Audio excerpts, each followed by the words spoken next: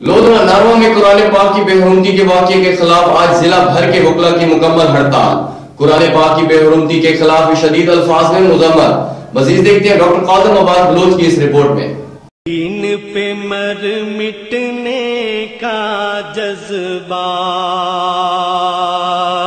کل بھی تھا اور ناروے میں قرآن پاک کی بے حرمتی کے واقعے کے خلاف پنجاب بار کونسل کی کال پر آج ڈسٹرکٹ بار کونسل لودھرا سمیت تحصیل دنیا پور اور تحصیل کہرور پکا کے وکلا نے مکمل ہڑتال کی اور وکلا عدالتوں میں پیش نہ ہوئے۔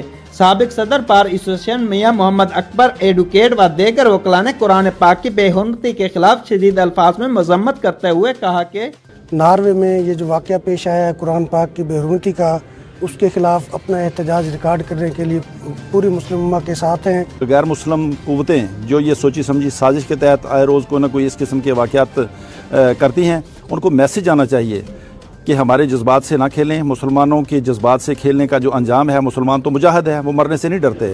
ہم تمام مسلمانوں کا جو بچہ ہے وہ اس حرمت کے لیے نبی پاک صلی اللہ علیہ وسلم کی اور قرآن پاک کی حرمت مر مٹنے کو لیے تیار ہے۔ ناروے میں جو قرآن پاک کی بے حرمتی کی گئی ہے اس کے خلاف اپنا احتجاج ریکارڈ کرایا جائے۔